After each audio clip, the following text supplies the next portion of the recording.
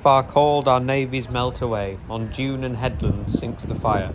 Lo, all our pomp of yesterday is one with Nineveh and Tyre. Those are the immortal words of the poet Rudyard Kipling, the poet of the Empire as some have dubbed him. They come from his poem Recessional, which was written and recited to Queen Victoria herself in the event of her Diamond Jubilee in 1897. At that point in time, the British Empire was more powerful than it had ever been. Victoria governed 375 million subjects, spread in colonies from Canadian tundra to Indian jungle to Australian desert, wildlife from elephants and tigers to kiwis and penguins. The idea that a century later the entire thing would have vanished from the map altogether might have inspired cries of "oh, what pitiful stuff" from some. But Kipling's words remind us that all empires will fail. Just as there is a time before empire, there will be a time after. And there was a genuine likelihood that the British Empire would find itself next on that chopping block. Kipling was far from alone in his worries. The politician Joseph Chamberlain famously said that Britain was a weary tyrant who was staggering under the too vast orb of her fate. The question on many men's mind was, what could be done to make the British Empire excel where all other empires have failed, and defy the grave, to make true the idea of an empire upon which the sun would never set?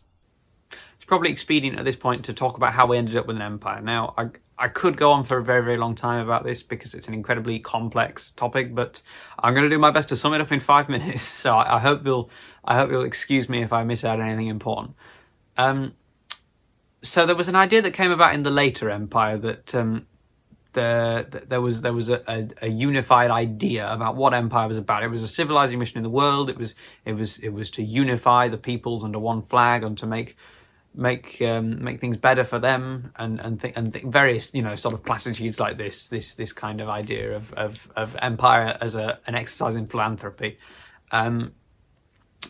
But I really think that's a very oversimplistic view, and there's not many people think that way nowadays. Empire didn't come about from that one motive, nor did it come about from any one motive for that matter. If someone tries to tell you that empire happened because of this, they're taking an oversimplistic view, if anything.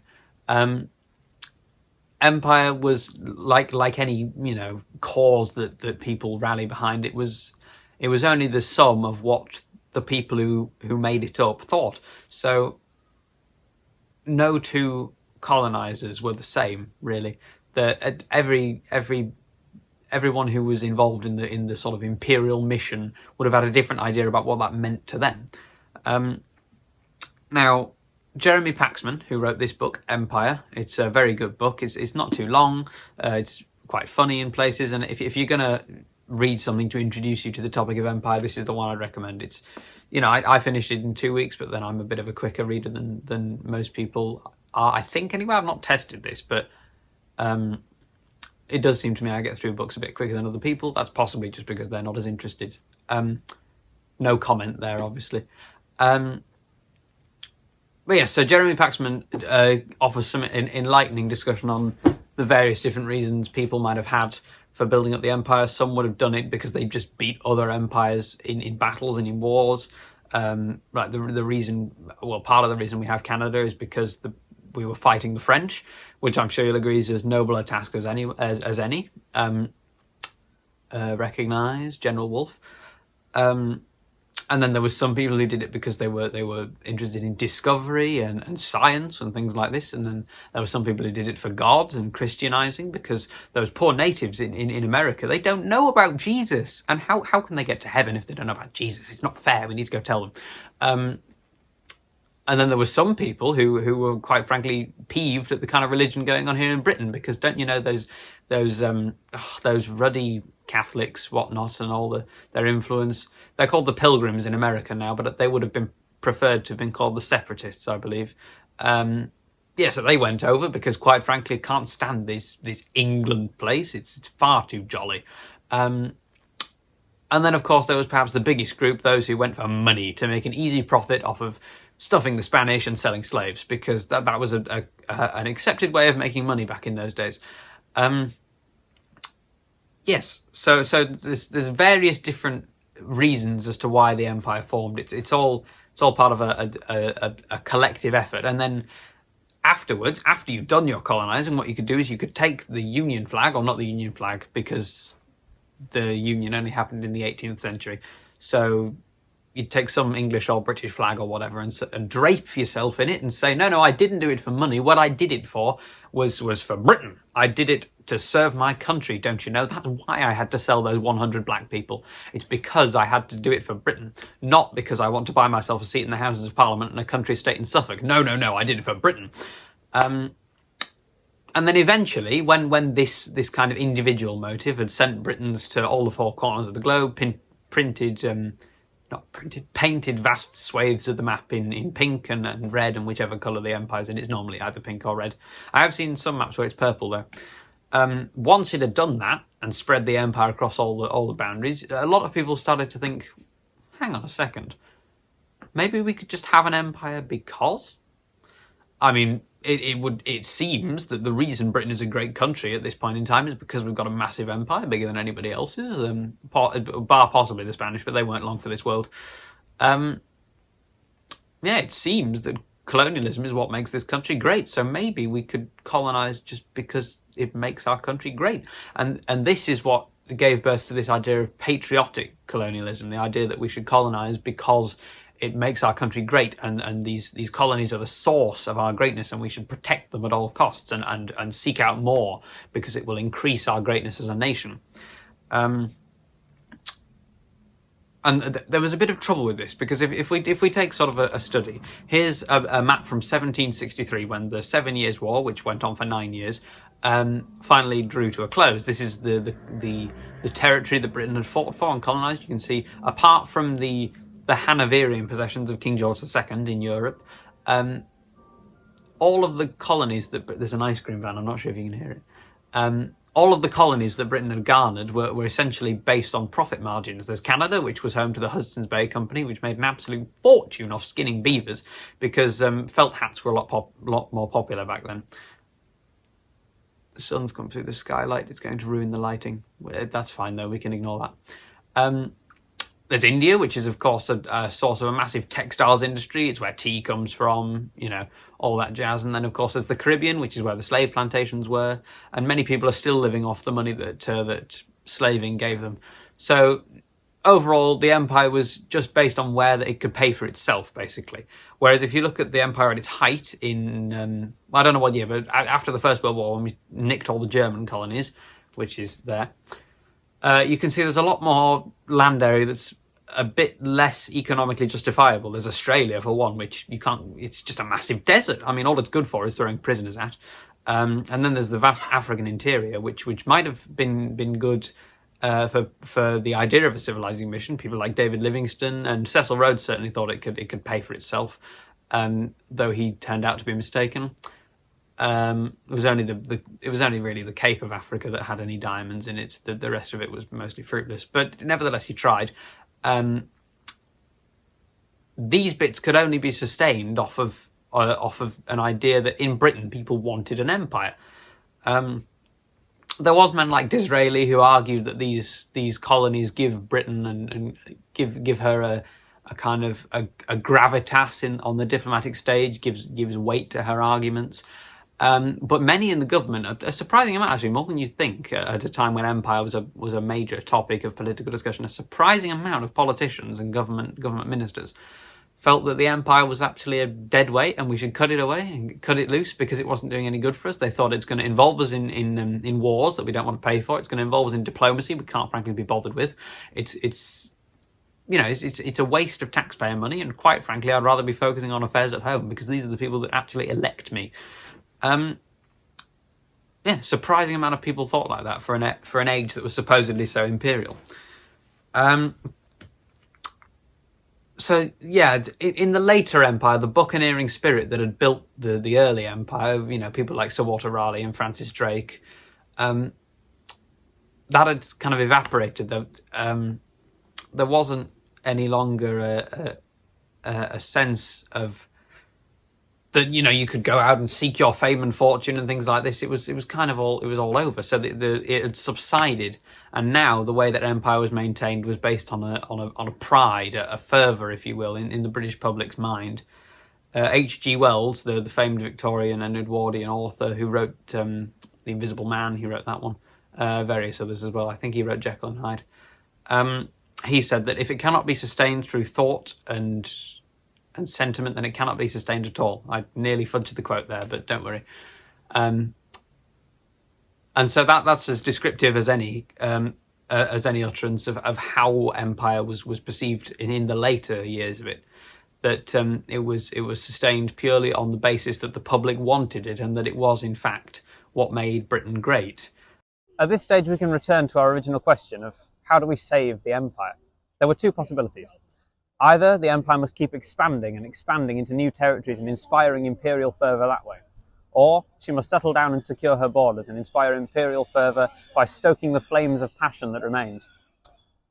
By 1901, when Victoria died, the world map had been all shaded in. There were no areas with no borders that could be expanded into, no more tribes to be displaced. So the only option lay with consolidating the passion that people had for empire already. There were several efforts to do this.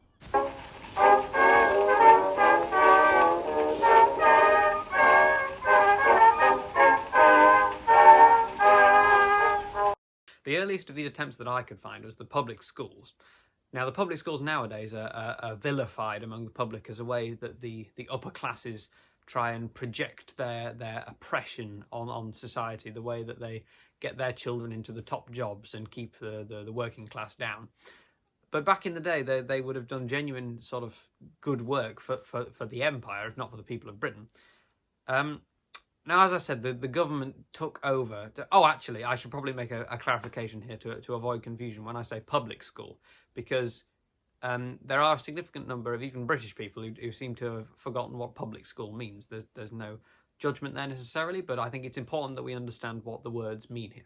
So I'm wearing my old school blazer, as you might have guessed. It's from my time at the Joseph Rowntree School, a fine institution, but nonetheless not a public school. My parents didn't pay for me to go to the Joseph Rowntree School. It was the government that paid for me, and so it cannot be counted as a public school. A public school is a school where the money to fund that school comes from the members of the public.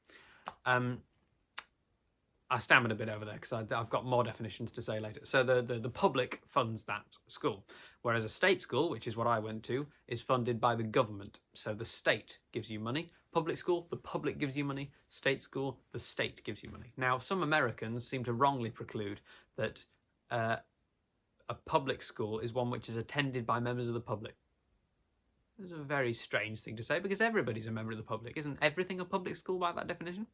And then they think because private individuals attend private school, then a private school should be, one that's exclusive. But a private individual is just a person. So everyone's a private individual as well. Very unhelpful definitions. There are some people in Britain who say that there are public, private and state schools because public are the most exclusive private schools.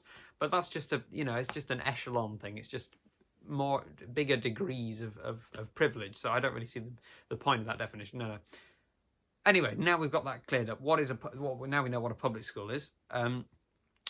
As I said, the government had to administer these colonies now, and they did this through the Colonial Office. But this is a time before telegrams and before before the landline and whatnot. So the colonial minister couldn't just the Secretary of State for the Colonies, because the first minister that was actually a minister was the Minister of Armaments during the First World War. Up until that point, all the ministers in the government were actually Secretary of State for.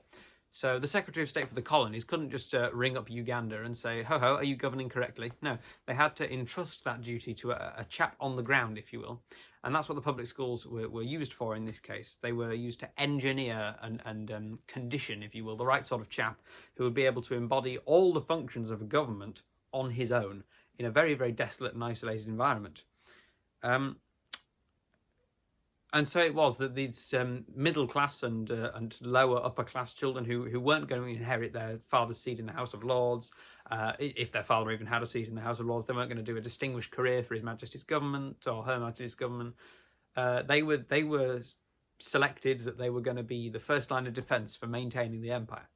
Now, Frederick Lugard, a man who was a colonial governor himself, talked about what kind of thing the public schools did, which I will recite his quote to you now. It also comes from Empire by Jeremy Paxman.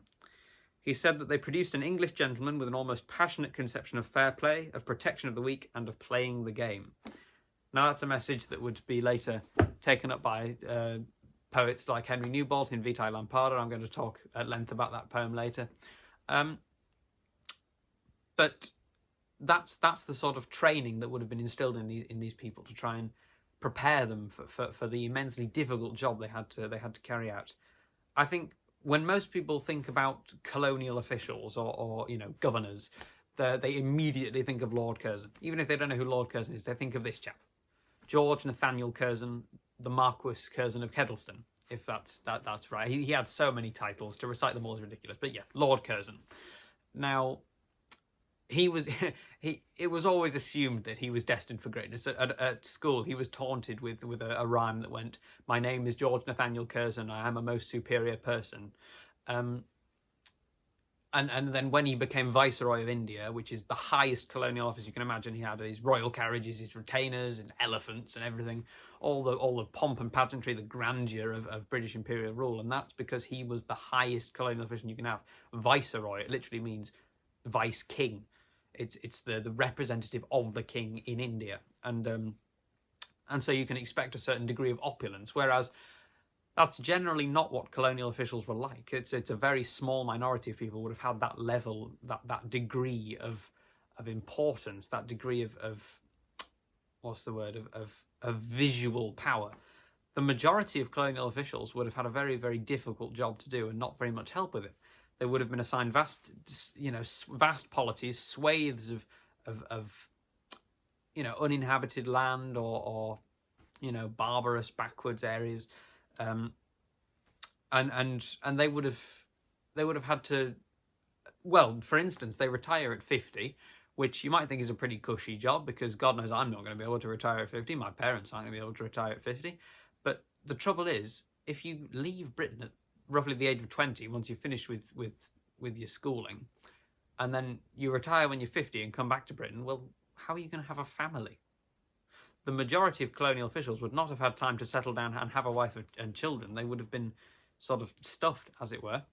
And then when you retire, it's not as if you're going to have bags of money and be respected. No, you went into that job as a middle-class person, and you came out as a middle-class person. So you wouldn't have been left with a massive pension or anything. You'd have just been, comfortably off. But there's no degree of massive power involved, despite having done the kind of work that you did, And so maybe that's the reason why they did have to retire at 50, because they would have to have another job afterwards. They couldn't just live on the pension that their job had afforded them. However, what the job lacked in importance and wealth, it made up for in genuine philanthropic work. I think this is one of the real aspects of empire that did have a good cause behind it, because these men would do genuine good for the areas they were entrusted with. They would maintain wells, they would fix roads, they would do, they would implement sewage networks, they would do all these kinds of things and more. There's a whole chapter about the kind of colonial official in empire, which is genuinely worth reading. And so it was that the idea of going out and seeking fame and fortune and winning money was replaced by a sense of duty. These men did what they did. They did their genuinely good work because they thought it was the right thing to do, because they thought it was right and proper. It was their duty as Englishmen to do this kind of thing. That's how Britain managed to maintain that kind of status quo. But the trouble is, you can have the perfect infrastructure for imperialism, but if the people at home aren't fussed, if the people at home think empire's a waste of time and they can't be bothered with it, then you're not going to get very far. And so it was that a very different kind of gentleman was required to stoke the flames of empire back home in the minds of the public, the working class particularly. And that man I will talk about now.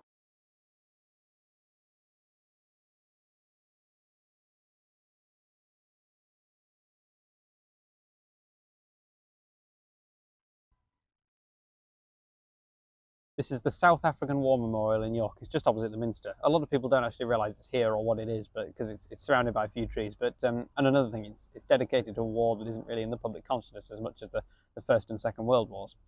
It's relevant because the chap we're going to talk about is Robert Stevenson Smythe Baden-Powell, or Baden-Powell, as he would have me pronounce it. It's just Powell comes so much easier off the tongue. But he wrote a poem, in fact, to show how his name should be pronounced. I might include it on screen now. Now, Robert Baden-Powell, or BP, as we shall refer to him henceforth, that's how he generally signed things off and how he was known by his followers.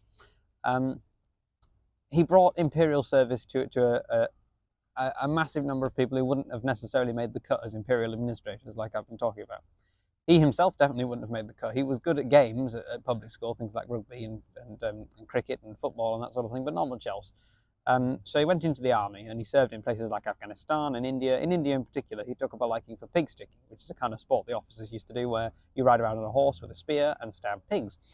Not generally something we'd applaud nowadays, but back in the day considered jolly good sport, and Baden-Powell, BP even, seemed to think it was a jolly good thing. Now, he won his place in the sort of pantheon of imperial heroes in South Africa, hence why I'm here, at the Siege of Mafeking. And it was after he returned, having... sorry, I'm adjusting the camera there. It was after he returned to Britain that he was a national hero, as it were, an imperial hero. And he published this book here, Scouting for Boys. It's what he's most famous for, because it set up the Boy Scout movement, as it used to be called. Apparently it's not called that anymore. But anyway, so he published that, and it was an instant bestseller, generally. Now, the thing is, Baden-Powell was not generally impressed with the calibre of men he had serving under him in South Africa. A lot of the men were unable to shoot, unable to ride, generally undisciplined sort of people, and after the war there was a big scandal about recruiting standards. It found out that a lot of soldiers had actually failed fairly undemanding medical tests. And so a lot of BP's book was focused on essentially maintaining good health, essentially being healthy and active and things like this, and making sure that you're doing your daily exercises, keeping limber and things, and so on and so forth. You see, the slum housing that the Industrial Revolution had brought had meant people no longer had a kind of active farming rural lifestyle. Many of them had not much exercise in their life, not much fresh air. It was generally not conducive to maintaining a good soldiering class. There was one group of people who particularly caught his eye when he was in South Africa, though. In Mafeking, there were a corps of young boys who used to cycle from place to place in Mafeking delivering messages, and he greatly admired the way which they would cycle under heavy fire with seemingly not a care in the world. And so it was at this that possibly he decided that the prime target for his imperializing efforts should be the young, a group that previously had not seen a great deal of imperial propagandizing, as it were. So a lot of the messages in his book were targeted at young boys, and indeed it precipitated the foundation of the scouting movement. Yes, and the thing, BP had an incredible sense of making anything seem like some kind of grand imperial duty. One example that sticks out to me is he manages to make tidying your bedroom sound fun. He says that, well, if you had to, take up your things and leave in the middle of the night, you don't want the enemy to catch you off guard. You need to know where all your things are, so you better have them organised. And he also promoted how you should breathe through your nose and not through your mouth, so that you don't get diseases, because a diseased army is no good to anybody. I've picked on two of the larger kind of efforts to keep empire relevant here to display the point, but there were a slew of various smaller incentives on how to keep empire in the minds of the public. For instance, in advertising, empire kind of became a byword for quality.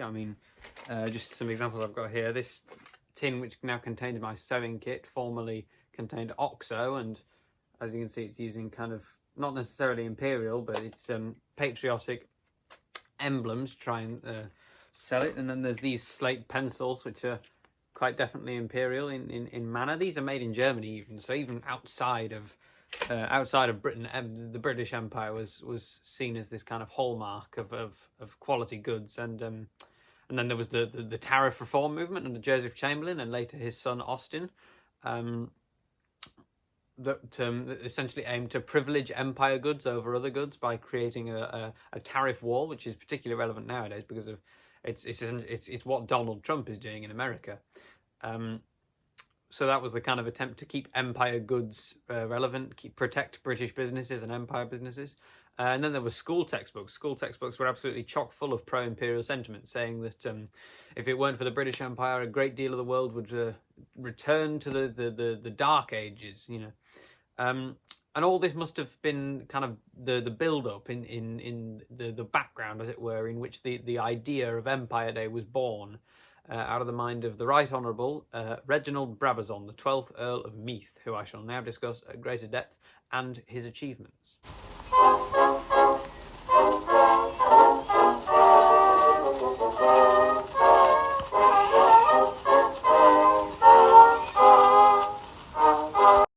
Now, the Earl of Meath, or Lord Meath, there's a picture of him, there's all of his titles at the bottom, and his coat of arms will be on screen as well, in the traditional sense that I do on this channel.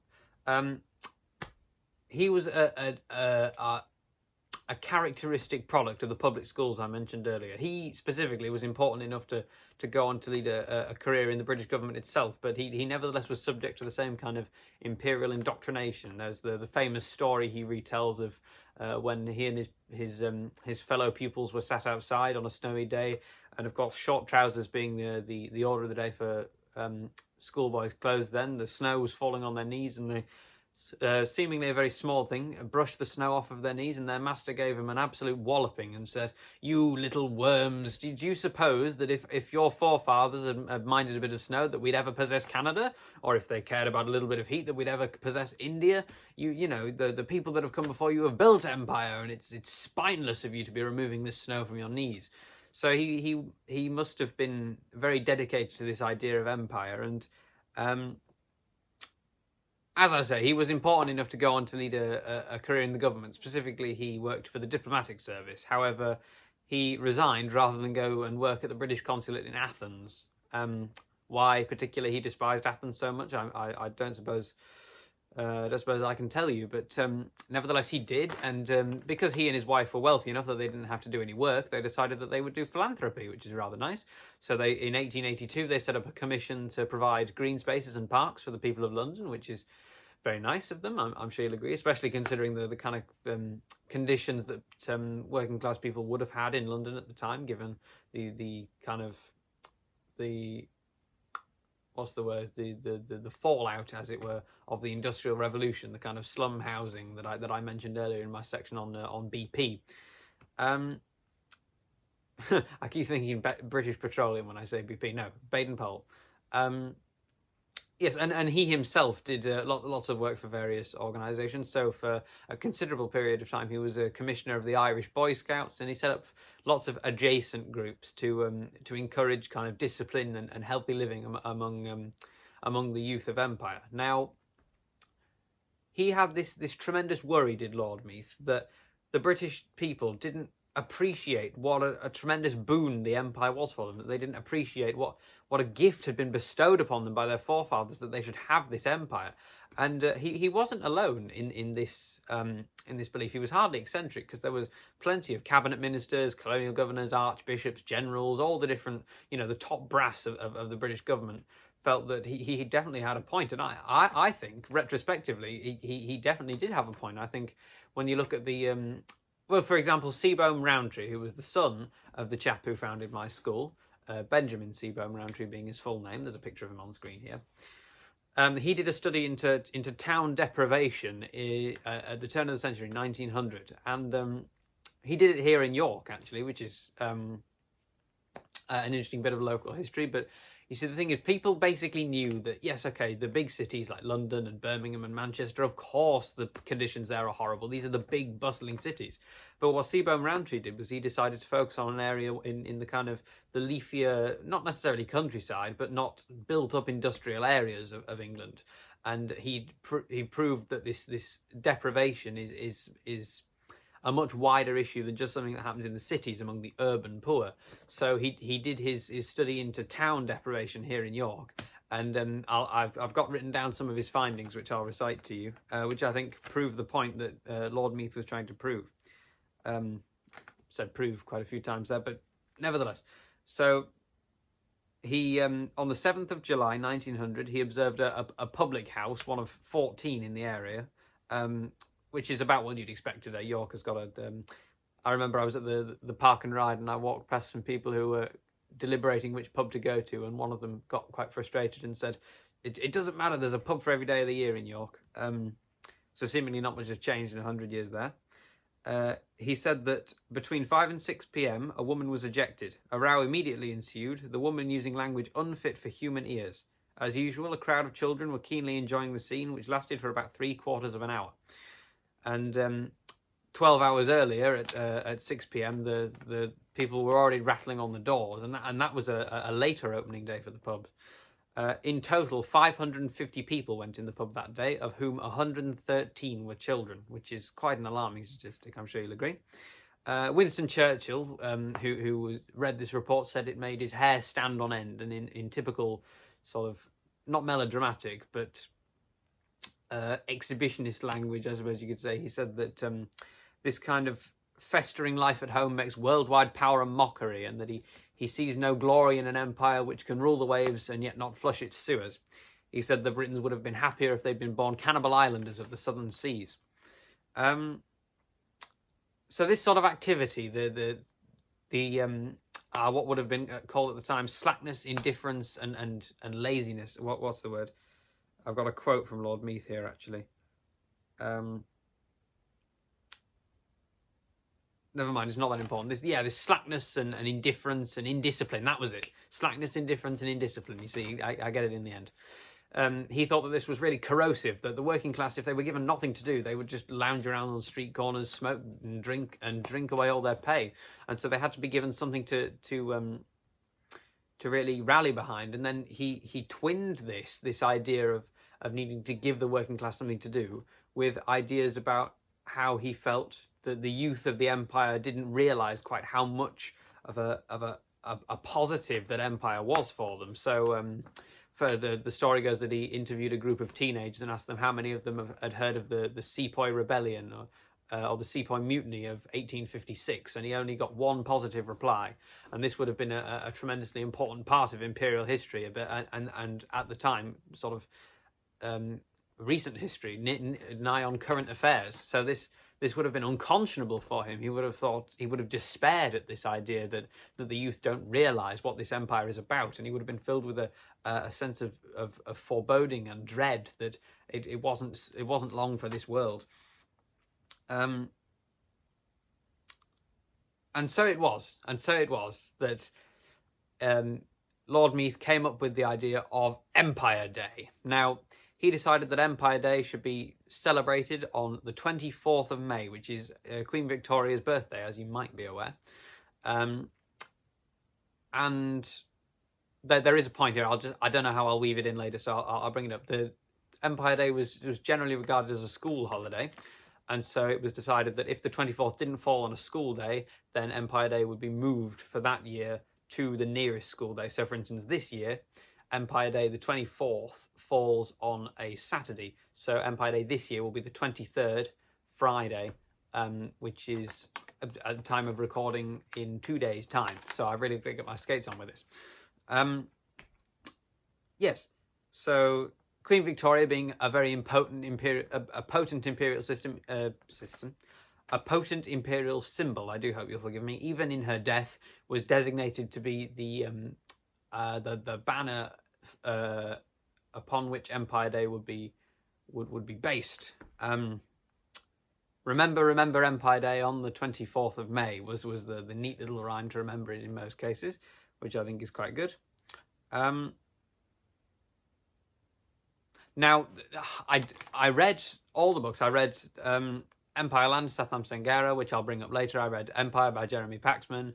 I looked on the internet, Britannica, Wikipedia, the general sources, and I could not find anywhere a general consensus or even an inkling of when Lord Meath originally proposed this idea. I would guess it was sometime after 1900, but what I do know is that it wasn't implemented until 1916 as a national holiday in the middle of the First World War, when a sense of patriotism was really required to get the nation through. So I don't know when he came up with the idea. What I do know is that earlier on, a kind of proto-Empire Day had been in place in Canada, but this was a very local thing. It was just so that Canadian school children could learn about the empire of which they were a part. This thing Lord Meath was proposing was going to be an empire-wide celebration, and that's why he's commemorated as the founder of it, as it were. Now, Lord Meath seemed to believe that it was Empire Day that caused the rallying to the ranks and the rushing to the banner that precipitated the British victory in the First World War. And this this may be an exaggeration, but I don't think it would be an exaggeration to claim that it genuinely became an institution, because Empire Day was celebrated absolutely wholeheartedly across a great deal of the empire, and was seemingly enjoyed by a great deal of people. So I shall now give some examples of what a typical Empire Day celebration might have looked like in the early days of it. There was a BBC special presented by Sir Henry Newbolt, who I shall put on screen here, one of the imperial poets, as it were. That was in 1929. Now, Henry Newbolt composed the poem Vitae Lampada, which I shall write here. It's Latin for the torch of life. I'll be reciting that later on in the video, because I think it's helpful for understanding some of the imperial sentiment that was going on. Now, towns all over Britain would get involved with this with Empire Day, so there would be marches, and there would be pageantry and fireworks and various displays like this, bonfires and that sort of thing. This was not just towns in Britain as well. It went all as far as Australia. This sort of thing happened. There were plays that were staged retelling the stories of empire builders like Clive of India and David Livingstone and Wolfe in Canada, of course, who I mentioned earlier. There were some reports of employees at workplaces singing the national anthem from their company headquarters roofs. Now, as I mentioned, it was primarily supposed to be a school holiday, because the focus of Empire Day was to get the youth to understand what fortune they had inherited in possessing the greatest empire the world has ever seen. And so a lot of the focus was about schools. So local worthies, mayors and things like, and retired colonial officials would go into schools and give talks on the empire. And at noon, school children would get to go home, presumably to do empire-based activities. One of which I happen to be aware of is the Empire Christmas pudding, which was devised by Lord Meath as a way to gather the ingredients necessary essentially it was supposed to be ingredients from all over the empire to support empire trade and things like this, and also to sort of implant the awareness in the children's minds of the kind of the absolute brilliance that empire could afford in bringing all these diverse items to the British palate, as it were. I shall put the ingredients for the Empire Christmas pudding on screen here. You might think that May is a bit early to start planning for a Christmas pudding, but I think once you read those ingredients, you'll understand, because it was a massive, massive undertaking. If you look on YouTube, there are some British Pathy videos of Lord Meath with the sort of the king's chef, because even the king got on board with this idea of the Empire Christmas pudding, and so there's some fairly interesting videos of Lord Meath at a mixing of the Christmas pudding. So yeah, generally lots of flag raising, saluting, standing to attention, singing the national anthem, all that sort of patriotic spirit. Lord Meath claimed that by 1909, 1909, actually, I got that right. It was Empire Day was being commemorated in 55,000 schools, all, is that across Britain or the Empire? All across the Empire. I am awfully sorry with it's statistics. They really bog me down. Yes. So, after his death, indeed, in 1929, as festivities might even include clustering round Lord Meath's memorial in London, which is, bear with me, I'm not a London local. It's at Lancaster Gate. So if any of my viewers here are in London and you want to go celebrate Empire Day yourself, or commemorate it rather, is probably the better word, then feel free to pop yourself down to Lancaster Gate and go see the memorial of Lord Meath. It is quite weathered now, though, because of lots of acid rain. Now, in addition to the annual festivities, there was such thing as the Empire Exhibition, which was a connected but independent kind of national institution, as it were. The first one happened at Wembley in 1924. Now, this was an absolutely colossal undertaking. It took place over 200 acres on the edge of the first city of the world, London, the capital of the empire, as it were. And unprecedented tons of concrete were poured. Streets were named by Rudyard Kipling, things like Dominion Way and all that. the guide said that the official guidebook said that the exhibition would present the almost illimitable possibilities of the dominions, colonies, and dependencies. And indeed, it might have seemed that way, because there was a non-stop train that went all the way around, tunneled around all the different. They were called palaces. These massive buildings that were erected to different pursuits about the empire. So there was the palace of. Sorry, I am going to have to. I do try not to do scripts, and this isn't necessarily a script, but I want to get this all across. So I hope you'll forgive me looking down every now and again.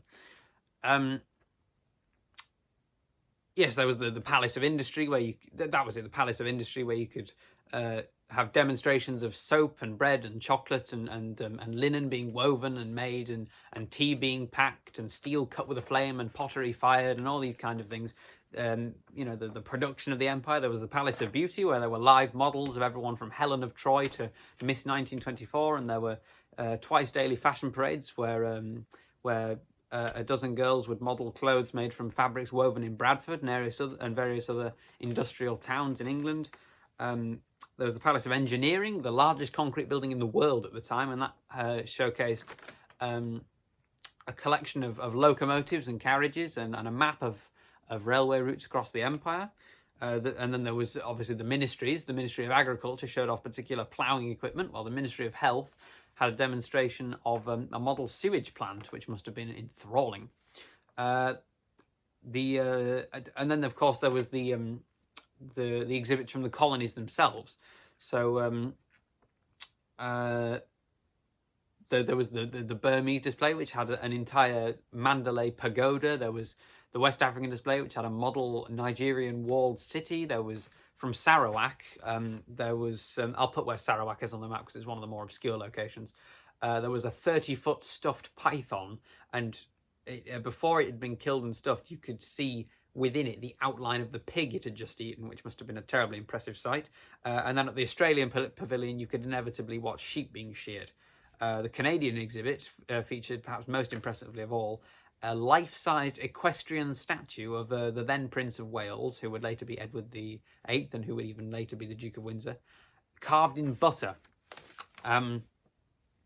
Yes.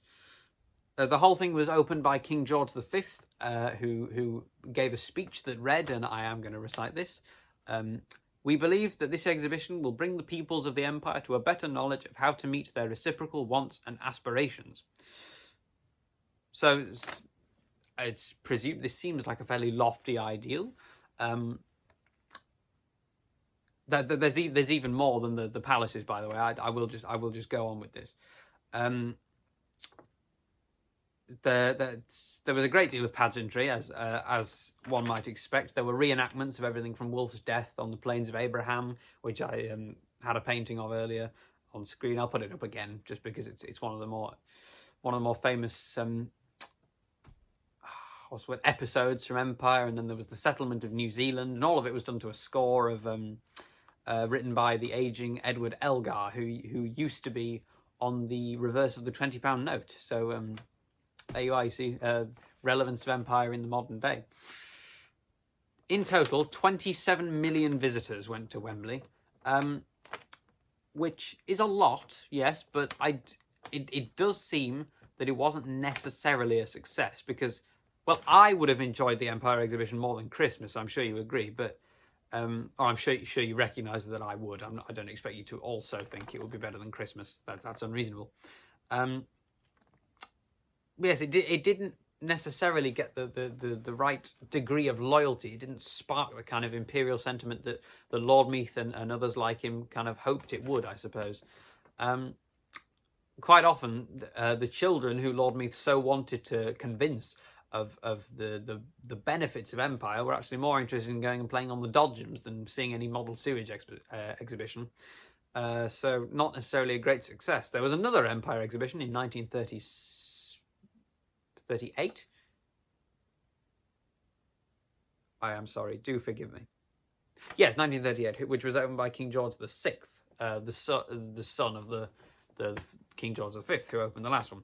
This one was at Glasgow, supposedly the second city of the empire, and that one did even worse. It was largely overshadowed by a socialist workers exhibition happening at the same time and place, which was more focused on, yes, okay, you may have an empire, but it was paid for in workers' blood and the toil of the proletariat. This is all a ruse to divert our attentions by harnessing our patriotism, to divert our attentions away from the global conspiracy of the bourgeoisie, the ruling classes, keeping the working classes down by making them supposedly conscious of what it is that they're really lucky to have this empire, when in actual fact they're being exploited.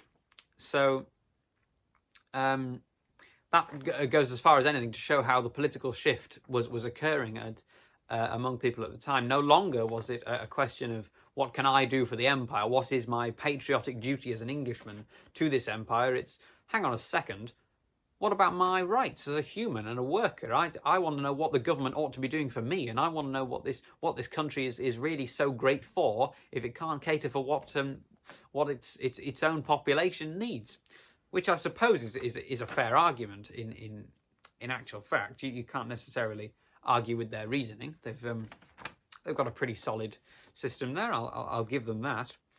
But it definitely isn't what Lord Meath wanted to hear, and so year after year, Empire Day became less and less enthusiastic. People just weren't as bothered about it anymore. It didn't seem relevant. The world was changing. Empire was shifting into being less and less significant year by year, and so Empire Day did carry on, but it was less lauded. It was less applauded even. It might just be something as simple as the head teacher dusting off a set of VHS tapes and wheeling in the old telly at school to explain about Cecil Rhodes's exploits in South Africa, something like that, not very wholehearted. And eventually Harold Macmillan, who was Prime Minister after Anthony Eden, who was Prime Minister after Winston Churchill, stood up in the House of Commons in 1958 and said it's going to be renamed to British Commonwealth Day. Later on, still, it was changed altogether, and it no longer British Commonwealth Day wasn't going to be celebrated on the same day as Empire Day. It was going to be changed to the second Monday in March. So this is why I think Empire Day is still technically distinct from Commonwealth Day. I would argue that they're two separate things, because no longer is it just the same day that's been renamed, but it's a different day altogether. It did limp on until it limped on until 1960 in parts of Northern Ireland, but in Britain, 1958 was the cut-off point. It was the 18th of December, by the way. I've got the specific date for you. 18th of December, when Harold Macmillan said that Empire Day wasn't going to carry on any longer. Yes, so at this, I assumed that Lord Meath would have rotated very quickly in his grave, and it seemed that this idea of preserving the empire was dead and buried forever. So, what now?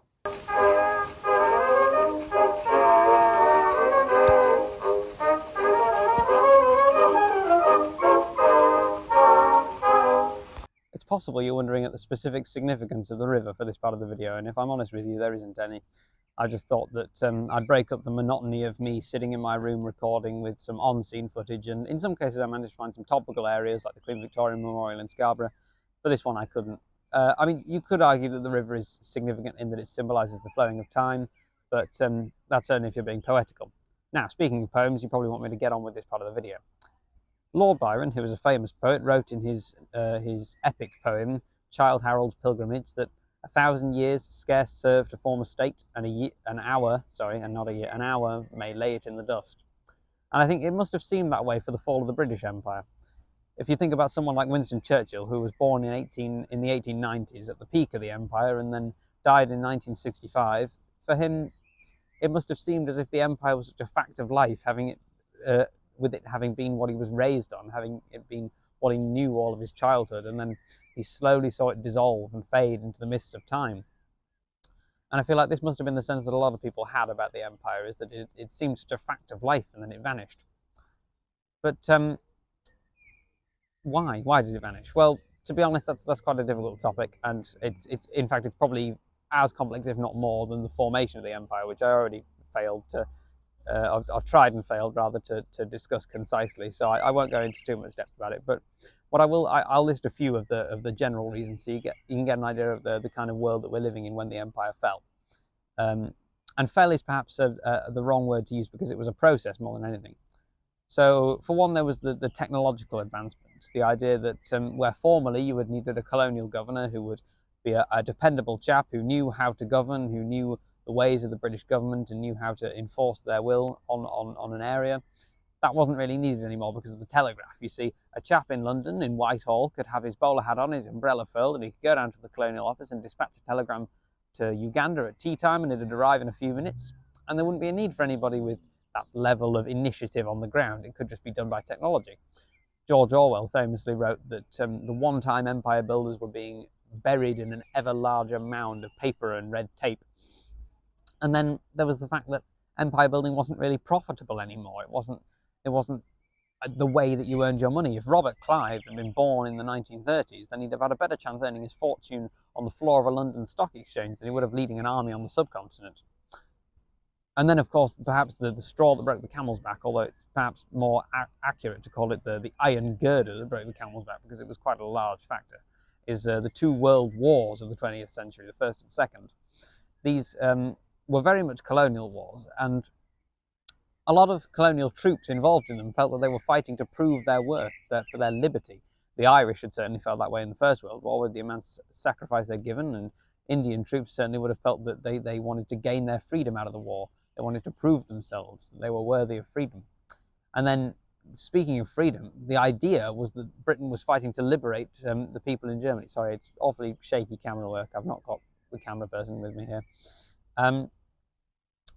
Yes, Britain had this idea that they were fighting a war of liberation. And how do you reconcile the fact that you're fighting on the battlefield to liberate people in Germany when you're still colonizing, nearly 1,000 million people in India? It just doesn't work. And unless you're willing to resort to racism, which many MPs weren't, then you can't hold these two beliefs in common. So now that empire had sort of slipped into the mists of time and had become a thing of a history book more than a status quo, why should we remember it?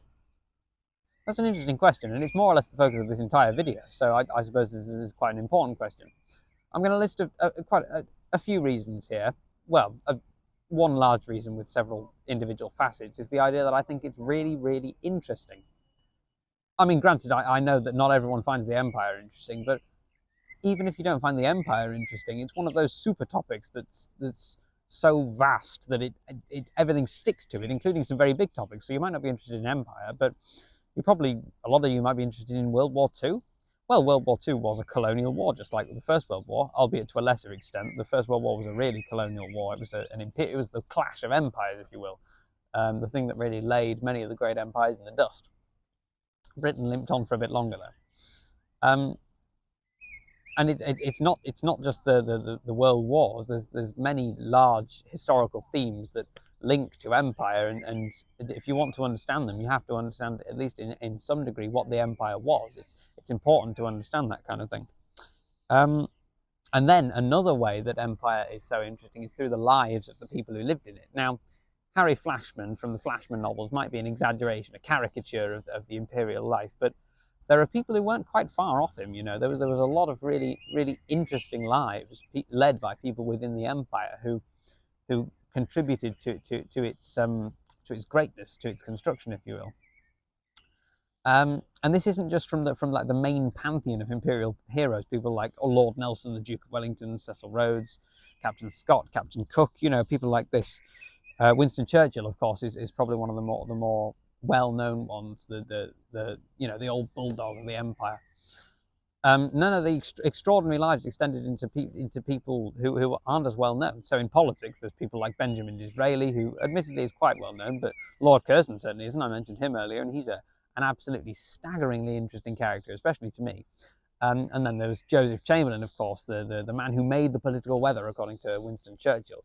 He was a major player in the empire. He was one of the main advocates for it, if you will. He advocated for tariff reform to defend the empire's trade. Now, I won't go too much into the rest of these individuals because I've got quite a lot to list off, but I'll just rail them off, and you can do your own reading if you like. So in the military, most of the main pantheon of imperial heroes come from the military, but there are some lesser-known figures, such as Sir John Moore, who had a poem written about him, Corunna, and then there was Douglas Bader, of course, one of the chaps who fought the Battle of Britain for us.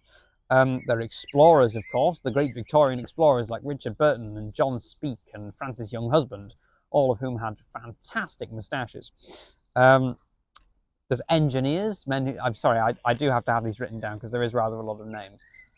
There's the engineers like Isambard Kingdom Brunel and Richard Trevithick, who invented the steam locomotive, don't you know, which is quite an impressive achievement.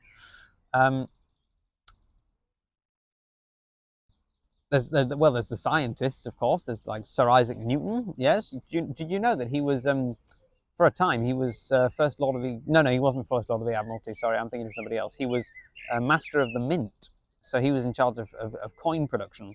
And then there's Charles Darwin, of course. His adventures on the Beagle laid their foundation for the thesis of natural selection. There's archaeologists, of course, for just because that's a field that interests me. I thought I'd bring this up. There's men like Basil Brown. He was responsible for the excavation of the Sutton Hoo site, the ship burial of King Radwald of East Anglia. And then Lawrence of Arabia, interestingly, he might go in the pantheon of imperial heroes for his military work in Arabia. But do you know why he was in Arabia in the first place? It's because he was doing archaeology work. That was one of his main interests. There's the philosophers, of course, the great philosophers like David Hume, which is actually spelled home, like the Prime Minister Sir Alec Douglas Hume. His is spelled home. It's the same with David Hume. But oftentimes people will spell it Hume with a U. I'm getting off topic. There's people like Thomas Hobbes and G.E. Moore, who famously tried to prove that the outside world exists by saying, "There's my hand. It's in the outside world, therefore the outside world exists." And John Locke, of course. Who could forget John Locke? Well, me, nearly. There's economists like Adam Smith, the supposed founder of capitalism, and John Maynard Keynes, the man who supposedly sort of fixed our economy after the war and then died promptly trying to organize a trade deal with the Americans. Now, like most things in history, this empire building was generally a male business, I'm sorry to tell you, but I am relieved to be able to tell you that there was a large part in the empire actually played by women. There are several important women in the empire, people like Gertrude Bell, who was the only woman involved in the Treaty of Versailles, I believe. She basically invented Syria, if you will, which is quite interesting. Women like Agnes Baden-Powell, or Baden-Powell, sorry, I keep getting that one wrong. She was the sister of Robert Baden-Powell, who we talked about earlier, and she was enlisted by her brother to help found the Girl Guides movement. And interestingly, the original volume for the Girl Guides, their handbook, was called How Girls Can Help Build Up the Empire. Florence Nightingale and Mary Seacole, of course, in the field of nursing. And then, of course, there is the great medical profession of the British Empire. I forgot to mention there's people like Alexander Fleming and John Snow, who was born here in York and whose pub I visited in Soho in London. And then, of course, Victoria herself was one. Sorry, that was a sidetrack, but back to imperial women. There was Victoria herself, the centerpiece of this whole focus of empire. And then it's not just the main figures where women play a crucial role. Jeremy Paxman devotes a considerable portion of his book to talking about how women were essential in maintaining the status quo in India, which is quite interesting, actually, I'll concede. And then that's another thing, is the story of empire is not just the story of pro-imperialists, people who wanted the empire. It's also the story of people who were opposed to the empire. At every stage, you will find people who were against it. It's why arguments like, oh, but they didn't know any better than to stop slavery at the time, don't really work, because there was a considerable portion of people who wanted slavery to stop, like William Wilberforce, for instance. I'll give just one example of the anti-imperialists, because I think it's a potent enough one. William Ewart Gladstone, the grand old man of the 20th century, who was Prime Minister of this country for longer than most. I think he's second in the runnings for longest serving Prime Minister, only to the first one, Robert Walpole, who served for 20 years. He served for 18. and he was vehemently against colonialism. He absolutely did not agree with it, and he was labelled as the murderer of General Gordon when he refused to send British troops into the Sudan to relieve the general at Khartoum. So anti-imperialism was as important a force in shaping the empire as imperialism was. Now, the stories of these gentlemen they're related in various ways, one of which is through the use of the historical epic, which is a kind of film I'm particularly fond of. And I think that it's important for creating a kind of visual understanding of what the empire was like. It's films like Khartoum, which detail the aforementioned story of General Gordon, Young Winston, which is about the early life of Winston Churchill, because interestingly, Winston Churchill wasn't really a politician in my eyes. He was a soldier who went into politics. He wasn't schooled at Oxford or Cambridge. He went to Sandhurst Military College. So there you are. And then there's Waterloo, which is absolutely incredible, painstaking effort went into recreating every detail of the Battle of Waterloo. That's really incredible. And then, of course, Lawrence of Arabia, the 3.5 hour long blockbuster, as I called it earlier today in Ancient History, 3.5 hours of unabetted pleasure. I really enjoy it, and apparently the cinematography still holds up to this day, which I don't know anything about. If you ask Ollie Colbeck, he'll be able to tell you. And then, who could forget poetry? Poetry was an absolutely integral part of it, of how imperial sentiment was distributed. People like William Wordsworth and Blake and Kipling, of course, the poet of empire. They spread their messages through their poems, and in many cases they were very reflective of the imperial spirit. None more so than the poem Vitae Lampada by Sir Henry Newbolt, which I mentioned him earlier. He did an Empire Day Christmas special. Not Christmas special, just an Empire Day special. I don't know why I said Christmas. You'll have to forgive me. Yes, well, he wrote the poem Vitae Lampada, which is really reflective of the kind of ideas of empire, of passing down wisdom through the generations. I've got in the script here that I'm going to recite it, and I haven't actually brought it with me, but I think I can commit it. I've got it committed to memory, so just forgive me a little. Oh dear, I got too prideful of myself. It was quite a while ago that I memorised that poem, and in this particular moment I spent rather a while trying to remember it. It didn't go very well, so I hope you'll forgive that. Now we're going to cut back to the studio, and I will recite the poem to you as I could have it written down in front of me to make sure I didn't get any of the words wrong. Again, terribly sorry for this, but there's only so much we can do. To err is human. Vitae Lampada by Sir Henry Newbolt. There's a breathless hush in the close tonight, 10 to make and the match to win, a bumping pitch and a blinding light, an hour to play and the last man in. And it's not for the sake of a ribboned coat, or the selfish hope of a season's fame, but his captain's hand on his shoulder smote. Play up, and play the game. The sand of the desert is sodden red, red with the wreck of a square that broke. The Gatling's jammed and the colonel's dead, and the regiment's blind with dust and smoke. The river of death has brimmed his banks, and England's far and honour a name, but the voice of a schoolboy rallies the ranks. Play up, and play the game. This is the word that year by year, while in her place the school is set, every one of her sons must hear, and none that hears it dares forget. This they all with a joyful mind bear through life like a torch in flame, and falling fling to the host behind. Play up, and play the game. When Britain first and him command of all so happy your main. And then, of course, the biggest reason why I think empire should really remain something that's in our consciousness to this day is the fact that it is so relevant to our current political situation, our culture, our national story. All these, we're surrounded every day, immersed by the legacy that empire has left. It's almost like we're being haunted by the ghost of empire looming over us. This is Empire Land. It's by Satnam Samgera, who's a British Indian author, and its purpose as a book is to explain how Britain as a nation was shaped by the experience of empire, because quite often you'll hear stories about how the rest of the world was shaped by the British, but it's not as often addressed about how that process of the British shaping the world shaped Britain. because imperialism was as instrumental for Britain as it was for anywhere else. He talks about how imperialism has left its mark in almost every aspect of our lives, and how now, sort of without imperialism, Britain kind of seems without a purpose.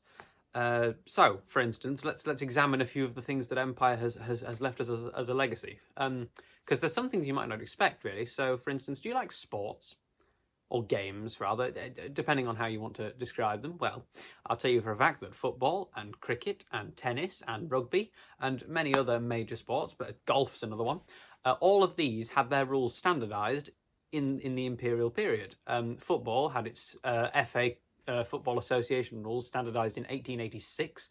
And apart from the fact that now you're allowed to wear studs, you're not allowed to pick up the ball, the rules haven't changed all that much. No, but seriously, the Victorians and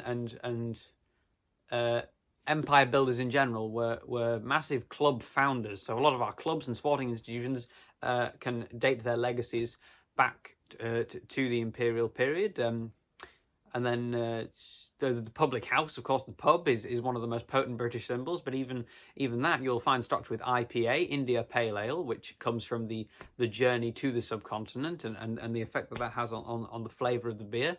Our current political climate is absolutely inundated with empire. There's the tricky issue of whether the things in the British Museum, among others, like the Victoria and Albert Museum, what's that other one? The Ashmolean Museum, should these be returned to their original places, or does Britain have a right or a duty to keep these things? In the Foreign Office, formerly the Colonial Office, there are these grand murals of Britannia Pacificatrix and various other things. I'll stick them up here, or one of them rather. I think they're very pretty, but some have questioned whether these are really the image we want to be giving of the modern British government, or whether we should really be looking backwards into the past for this sort of thing. And then, of course, there is this idea that we have in our minds that we are a special entity. Because if you look on a map, Great Britain really doesn't seem all that important. Oh, there's another thing: the world map. That's the reason that we're dead in the middle. Yeah, that's because of the empire and because of the prestige it gave us. But yeah, if you look on the map, you wouldn't suspect that Britain would be one of the major global powers, and yet we are the highest power in the world for soft power, for diplomatic influence that isn't necessarily backed up by military force because of empire. That's the legacy it has left us. The reason our government buildings are so grand even is because of empire. For instance, if you look, this is the Palace of Westminster, right? That's where our government sits today, right? It's where it is. It will be sitting as we speak, right? Why is it so massive? Why is it so ornate? Why is it so incredible, right? And beautiful, I must say. Is because at the time that building was constructed, we, as a nation, were the major power in the world. This was the capital city of capital cities, the government of governments, the mother of parliaments. It was required that it would have a building that reflected its status. If you look at the administrative and government buildings we have now, this is the Welsh Senate. It looks like a bus stop or a train station. It doesn't have any of the kind of grandeur. So the imperial legacy is left in our buildings. What was it Churchill said? We shape our dwellings, and afterwards our dwellings shape us. There's the Brexit, for instance, a very current issue. Part of the reason why we felt we could go it alone in Brexit is because of our legacy as a colonizer and as a buccaneering free trading nation. Many conservatives hark back to the ideas of free trade, but these free trade principles were inextricably linked from the empire, such as demonstrated best in the Opium Wars, when free trade led to Britain waging war against China because China didn't want to import opium, and that famously gave us Hong Kong, which would have been relevant a couple of years ago. It's not as relevant now, but there are still issues around Hong Kong because the Hong Kongese, or Hong Kongers, I'm not sure what the demonym there is, are not necessarily happy with the fact that they're run by the Chinese now. So it is still relevant, actually. I revoke my statement. There's constant claims that Gibraltar ought to go back to the Spanish. That's there because of the War of Jenkins' Ear, I think it was, later renamed the War of Austrian or Spanish Succession. I've forgotten. It's one of those obscure ones. Or not necessarily obscure, but not in the public consciousness. I guess that kind of does mean obscure. Anyway, whatever. There's loads more, but you see why do we go on so many holidays? As the British are among the highest holiday goers in the world? Well, it's because of the empire, because we previously had access to all these corners of the world, and also our behaviour on holiday is largely reflected by how we behaved when we were colonizers. As I mentioned before, there's so many imperial figures, but the thing is, those imperial figures are not just what you read about in history books. Authors like George Orwell and Rudyard Kipling, they still have relevance today. Their books are still being taught and read. And so the literature that Empire left is still shaping the school children and English students to this day. We're still standing in the footprints.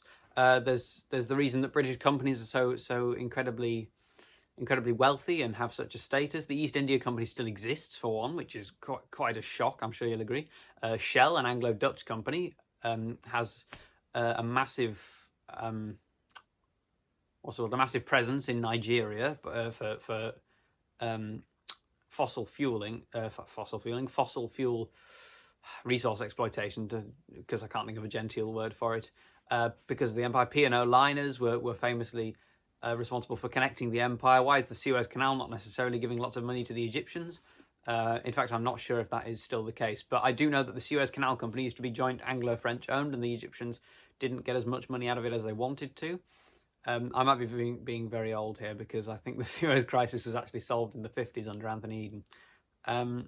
But nevertheless, it's still a point that many companies in the world are still run in Britain, and thus African nations don't necessarily earn money off of their own natural resources. The English language. The reason I'm speaking English now, well, it is because I'm English, granted, but the reason I can speak English with such ease and know that people will comprehend me is because of the empire. The reason English is the world language, as it were, possibly soon to be overtaken by the Chinese. I beg your pardon, I've just had dinner. I am so sorry. This always happens when I film videos. And then there is the English language itself, the very fabric of our language. Do you wear pyjamas, for instance? That's an Indian word. And so is bandana and juggernaut and kedgeree, which is a thing we eat. Yeah, there's a whole dictionary. It's called Hobson Jobson, a massive dictionary of all the Anglo-Indian words in our language to this day. Did I say juggernaut? I think I did, but just in case I didn't, there you go. Yeah, so the empire is relevant. People might say that it's all in the past now. It's not important, but it is relevant. It is massively important to how we are as a nation now, and kind of the future of our decisions are affected by decisions taken back then. Also, expats. I'm sure many of you may even have family members who live in Spain. My granddad has family in Canada, and the reason for this is because of the British Empire. There was at Beamish Open Air Museum, in the reconstructed Edwardian town section, there is a travel agents. But back in those days, a travel agents was not necessarily the kind of thing that you imagine with Thomas Cook, which is named after an imperial figure, by the way. They're not necessarily the same thing as they are. They weren't necessarily the same thing as they are nowadays. The one at Beamish is essentially, okay, you can buy this deed to a bit of land in Canada, and then you go live there and make a farm. And for many people, that was a viable economic plan. That was how they were going to make their money and make their future, because there wasn't necessarily anything they felt that they could be doing productively in Britain. So yeah, it's imperialism is all around us. It affects every aspect of our lives, I would argue, and for that reason alone, regardless of whether you find it interesting or whether you think it's a good thing or a bad thing or whatever, we still need to know about empire because of how important it is for affecting our lives to the present day. So, now that we've established that we should learn about empire, now that I've made my case that we should learn about empire, or rather that I've made my case as influenced by the case made by Sathnam Sanghera, what lessons do I want you to take away from this video? If I could encapsulate my point, my central gist, what would it be? Rosa, rosa, rosa, malplia domain. This was the castle. And then, of course, there's the ever so tricky question to answer of, after all that, was the empire a good thing or not? The case in favour often follows a discernible trajectory, labelling certain achievements and holding those forth as the virtues that empire instilled. I'm going to quote two sources for this kind of case in favour of the British Empire. The first of these is Sir Ralph Furze, a man who is interesting in his own right, one of the fascinating characters of empire I talked about earlier. The story goes that once he was in Canada and he was offered a strange liqueur to drink. He drained the glass, went to bed and was horribly ill in the night. It was only weeks later when his hostess wrote to him to tell him the glass had actually contained shampoo. She said that we'd often heard of the calibres of English manners, and now we know. He won the DSO in World War II, and he served a distinguished career at the Colonial Office there afterwards, picking out the sort of men who would go on to become the colonial governors I talked about in part 2. Also of note, he was married to the daughter of Sir Henry Newbolt, who wrote Vitae Lampada, which I've recited earlier in this video. His case in favour I shall recite from this book, Empire, which I've cited earlier in the video. First concluded that the empire must have been a good thing, as he might have done, being so dedicated a servant of it. He listed the achievements thus: the abolition of slavery, the suppression for the most part of cannibalism and tribal warfare, the long campaign against disease and want, the example of justice and fair play, the introduction of cricket and the rule of law, some slight shrinkage in the kingdom of fear ruled over by the dark gods, and so on down a long and not unimpressive record of beneficent service. Not unjustified conclusions there. The second of the sources I shall cite is The Dangerous Book for Boys. I've got the pocket version here because the actual one is quite big. I think this book is essential reading for all boys, I would say. They quote the author Niall Ferguson in listing the achievements of the British Empire, and he says that they were the introduction and dissemination in the various places the empire colonised of the English language, English forms of land tenure, Scottish and English banking, the common law, Protestantism, team sports, the limited or night watchman state, representative assemblies, and the idea of liberty. It's not an unimpressive record, I'm sure you'll agree. Now, the case against, I don't necessarily feel obliged to recite here because we're so saturated with anti-imperial sentiment in today's society. It's almost become the common opinion to believe the empire was a bad thing. What I will do, however, is try and get the vox populi. So I've conducted a series of interviews with my peers, which I hope will be enlightening and show what kind of a sentiment is held by the youth of today, if you will. Ollie Colbeck, you're a Lance Corporal in the Boys Brigade, is that right? Yes, that is correct. Are you aware of the imperial heritage that organisation has? Yeah, I'm aware it was the very first kind of young persons or group youth organisation in the UK, maybe the world. It came before Boy Scouts and stuff in 1885. So I guess it is, and it was more militaristic back then. So I guess it is a product of the empire, if you want. Do you think the British Empire still has relevance in today's society? It doesn't exist anymore, so I'm going to say it has no relevance. But obviously there are like people and stuff that think it still exists or still should exist, but no, I don't think it does have any relevance anymore. I think it's a thing of the past. I see. And what are your personal opinions on the empire? It was necessary for the time, but obviously times move on and stuff, so it's not. An empire isn't needed anymore. An empire isn't the future. The Romans had an empire, it crumbled. Alexander the Great had an empire, it crumbled. The Mongolians had an empire, it crumbled. Our empire crumbled as well. And if you want to call the Soviet Union an empire, that crumbled as well. Empires don't last, so I just don't think they're a sustainable way of ruling, really. Thank you very much, Ollie. Yeah. Ellie, what are your views on the British Empire and how do you think it's relevant in today's society?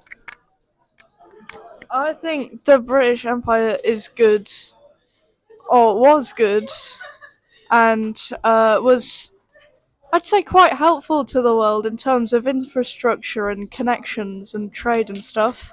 But I think that slavery is bad, and that was a big thing in the empire.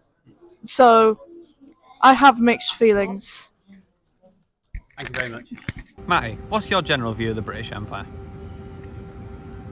Again, I think that's quite vague, but I think the empire's had a lot of influence over not only the UK but the world generally.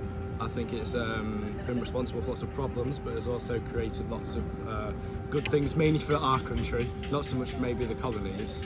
And yeah.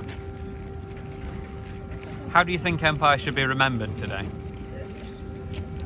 I think it's important to be aware of your own history, you know, the good and the bad, so make sure the bad isn't repeated and we can appreciate what was fought for and what we still have now as a result of it. And for the last question, Matty, I'm aware you're a member of the Boy Scout movement. Were you aware of the imperial heritage of that movement, and how do you think it affects the organisation to this day? Yes, I was aware, and I think pretty much everyone in the organisation is also aware. It's a pretty important part of it, you know, and I think it's what sort of led into the skills and things that are appreciated and taught in it today, you know, about survival and, you know, general knowledge, awareness and things. I think it's pretty important. I think it pretty much influences every type of activity that we still do. I think it's had positive benefits, but we also need to be aware of the negative side effects of it as well. Matty, thank you very much. Ben, what are your opinions on the British Empire? I think the British Empire, I think it's pretty good. I think there's two sides to it. There's like the good side, which is like the inventions and whatnot, and then there's the bad side, which is like the pillaging and the colonization of like everywhere. But that could also be a good thing because like places were pretty uncivilized before the British Empire came along. How do you think the empire should be remembered today? I mean, it is remembered, kind of, like I said, through its inventions, and then also through like the politics of things. Like the political climate it's the way it is today because of the British Empire. So you still think the empire is very relevant? Yeah, I'd say it's relevant. I'd say it's relevant generally speaking, but if you like inventions that are because of the British Empire, people won't associate them with the British Empire anymore. People will associate them with what they are. But I think if you dig a little bit, obviously it's very relevant because it does dictate our day-to-day life. People just may not know it, is what I'm trying to say. Thank you very much, Ben. Eli, as a Norwegian, what kind of an outside perspective can you give us on how the British Empire is perceived around the world? Well, I can't give like a very, very general answer but I do know that like in school in Norway, for example, we do learn a great deal about the British Empire. We in English class we read certain texts from all around the world, from like India and certain parts of like the Caribbean and stuff, and then we learn about the Commonwealth, and it's we're not just given like a really, really nice overview. We're also told about like the bad stuff that happened as well, but I guess they try to keep it kind of like neutral in a way. So we're just kind of like taught it like informatively, if that makes sense. And what kind of an outlook do you have on the British Empire personally? Well, considering all of the war crimes and atrocities, I'd probably say not very, very good. You can see a lot of how certain colonies have been struggling for quite some time after, or like because of the effects of the British Empire and imperialism in general. This is not solely due to the UK, but like also other countries such as France and Spain. But like imperialism in general, it's not really a thing I would say I support. If that makes sense. I see. Yeah. Thank you very much, Eli. All very informative stuff, I'm sure you'll agree, but if you want my opinion, the question of whether empire was a good thing or a bad thing now is just, it's outdated. It's not really the question we should be asking, I think. With a thing like empire, there's naturally going to be the good things and the bad things, and it's just as ignorant to ignore all the good in favour of focusing on the bad as it is to forget about all the bad and commemorate the good. I think when it comes to the question of empire, what it really is about is our understanding of this major thing that affects how we live our lives every day. the spectre of empire looms over every factor of our lives, and to ignore it is just, well, it's ignorance, frankly, as might be included in the word. I think that the current idea about empire, the kind of sentiment that's led us to tear down statues, is not helping anybody, because by tearing down statues, you can't just tear away what the empire did for Britain. It's indelibly linked. It's in every piece of our society, and I think that this kind of awareness raising, unlike most kinds, which generally just tend to annoy you and not do very much, this kind of empire awareness raising is an important thing. It's really integral to our understanding of our own society.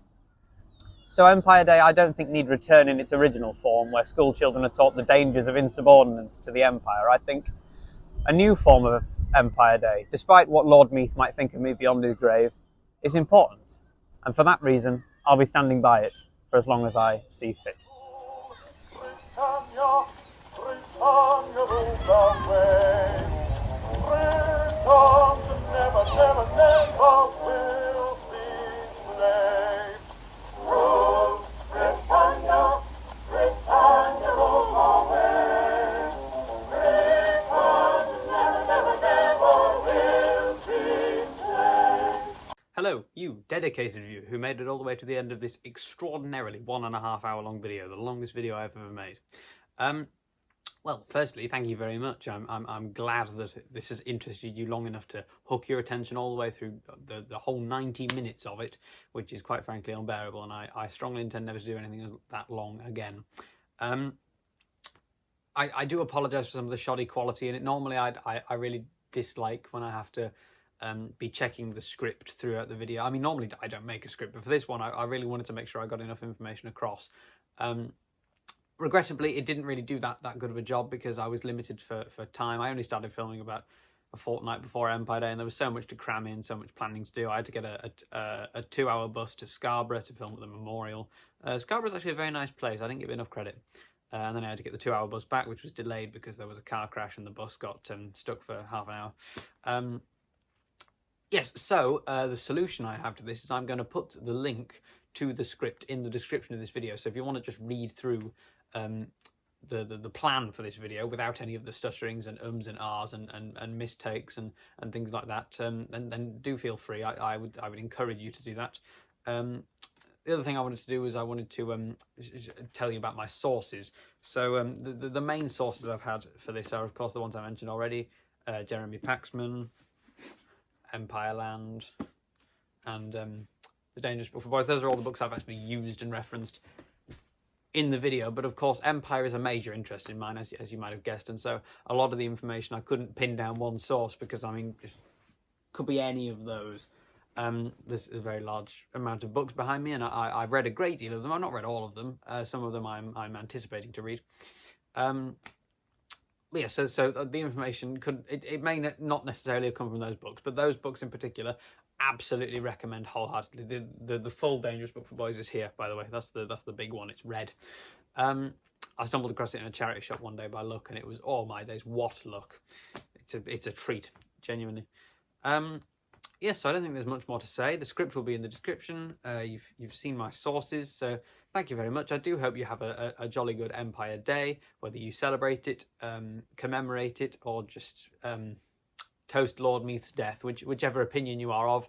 I'm not fussed. I'm not trying to preach any specific opinion. I personally am more favourably disposed to Empire than most people would be, possibly just because of how much I'm interested in it, but I completely recognise how some people might think the Empire was an absolutely terrible thing, and I recognise that opinion. And all I want to do is I want to get the ball rolling. I want this to be a discussion. I want this to be something that is common knowledge, because I think presently if you ask people my age who Cecil Rhodes is or who General Wolfe is, then I think they wouldn't know. And this is no fault of their own, of course. It's a wider thing in society. In Empireland, Sathnam Sanghera talks about how empire education in Britain is pretty dire. Across the globe, as my interview with Eli showed, empire is a large part of education. But in Britain, we really don't learn as much about it as we ought to. And this is because I think we're shy of it, because of the terrible things that empire did. And I think we have to confront these. We can't just shy away from them. But anyway, I won't repeat myself or drag this on for any longer than it needs to be. So thank you for watching, and I do hope you have a pleasant Empire Day again. And good night.